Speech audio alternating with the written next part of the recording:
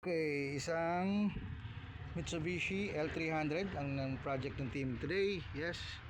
Ayan, nagsusukat na lang po si Sir Levy kasi nag oil service na rin. Sinabay na rin, pero pinaka problema talaga ng unit na to. Nakita nyo naman, 2022, 51 km lang yung tinatakbo, 51,000 km. So far nakita nyo yan. Ayun oh, gumuhit na yung rivet ng clutch disc natin sa pressure plate. Ayun oh, ubos na oh. Opo, medyo mas matipid nga po ang manual, pero pag medyo clutch driver kayo, eto rin ang nangyayari. So ibig sabihin, dapat po at least totaling naka-release na yung ating clutch bago tayo dumiin sa silinyador or sa accelerator. Alright, so far tapos na to, ready for release na to. Nagpalitan tayo ng clutch set.